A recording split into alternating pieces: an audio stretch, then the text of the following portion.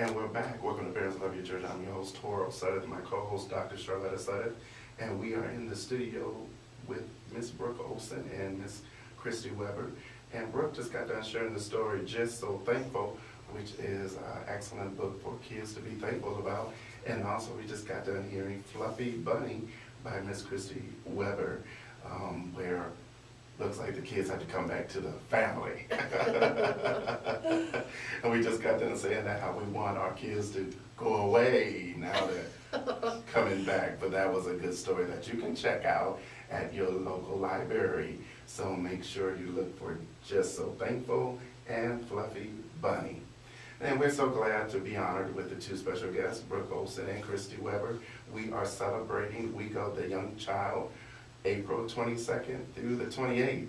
And we're going to turn this over to them, the excitement that I'm looking at this flyer.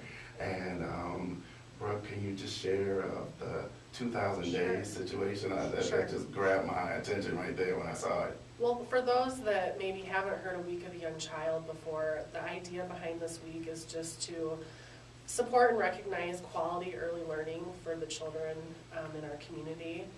And we just want to make sure, hopefully all year we're doing this, but to especially keep in mind this week to thank parents, teachers, providers, and any other adults who help young children get a great start. We want to make sure that we give them a big thanks this week and all throughout the year. The theme behind Week of the Young Child was initiated at the state level. It's 2,000 days, and what that means is that there's approximately 2,000 days between birth and the first day of kindergarten.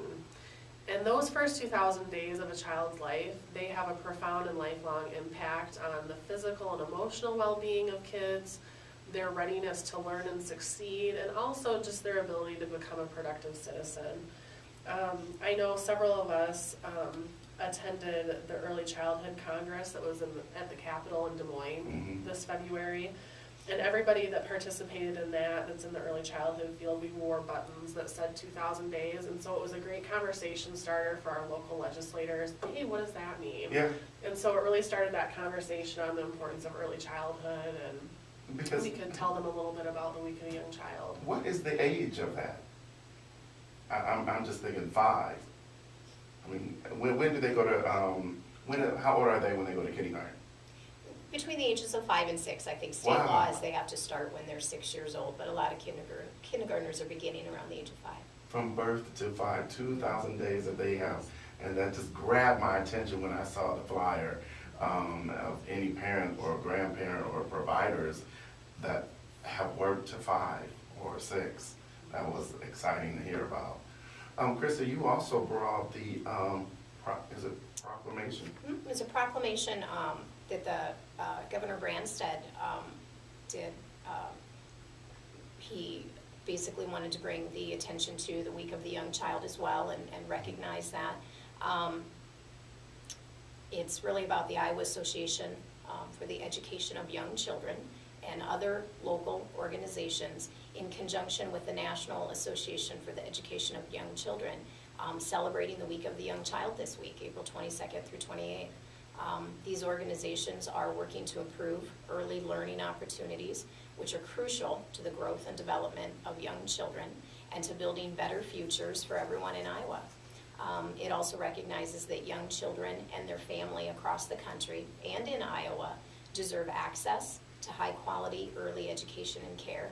And it also recognizes and supports the people, the programs, and the policies that are committed to high-quality early childhood education as the right choice for children. I think it's exciting that our governor signed that proclamation in support, and also locally, I know that we had our local mayors in Waterloo, Cedar Falls, and Evansdale that also signed the proclamation in support of Week of the Young Child. I was able to be at the Waterloo one. Oh, good. Yeah, I enjoyed myself. I think that was the first time I've ever been to hear that. Not only that one, but there were so many other ones that was available as well that was shared with us. Yeah. And Rick, you're also from Allen Women's Health. Yes. And what does your agency do? Sure. Allen Women's Health, as I said earlier, we're our local Title X family planning agency, and we do also provide maternal health services. The majority of our programming and services is at low cost or no cost, and that includes pregnancy testing, yearly exams, Pap tests. We provide birth control, emergency contraception.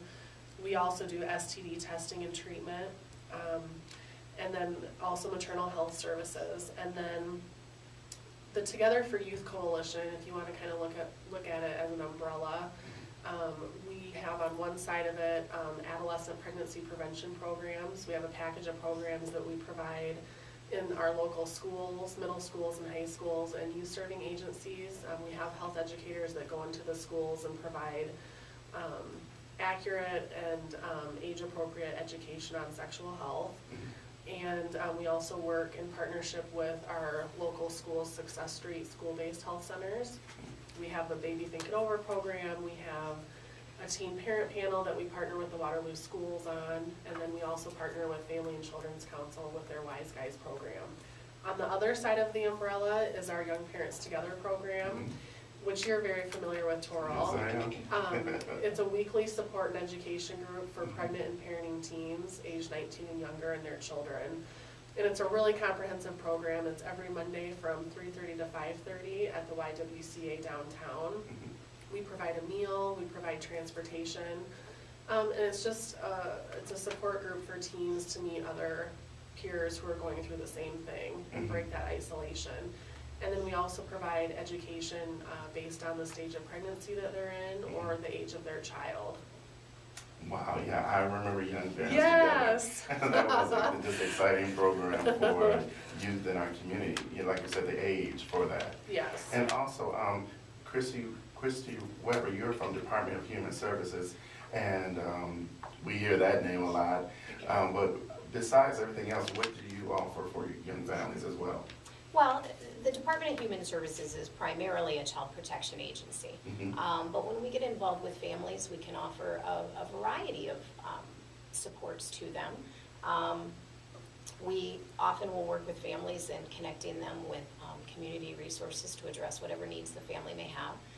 Those can be services and supports that support the parents as far as parenting skills, can help address other needs in the family, also can refer them to community resources that can assist children with needs they may have, whether it's developmental delays, where we're trying to connect them with services to work on childhood development, what's appropriate, age appropriate, whether it's like early Head Start kinds of services to get children beginning to get some education. We also have funding available for childcare to assist families. That's an income-based program. They're eligible based on income, but it allows families an opportunity to return to school, maybe to further their education, do some job seeking, get out in the workforce, and provides assistance. I mean, gives them an opportunity to do that, which they might not otherwise be able to do without affordable child care. Right. Hey, well, I was just looking at, someone and she is just all in my mind. I stated that she's a young parent, so I did share with that. Also, share what the Week of the Young Child means. What does all this mean for us here in the community? Just the support and recognition and the importance of that, and thanking our folks that are providing quality early learning opportunities for our children. That's really the importance behind that. So as those of you that are out there listening, if you think about this week to thank a parent or a teacher or a child care provider or any other adult who really takes the time to help young children get a great start, make sure to thank them. They'll appreciate that.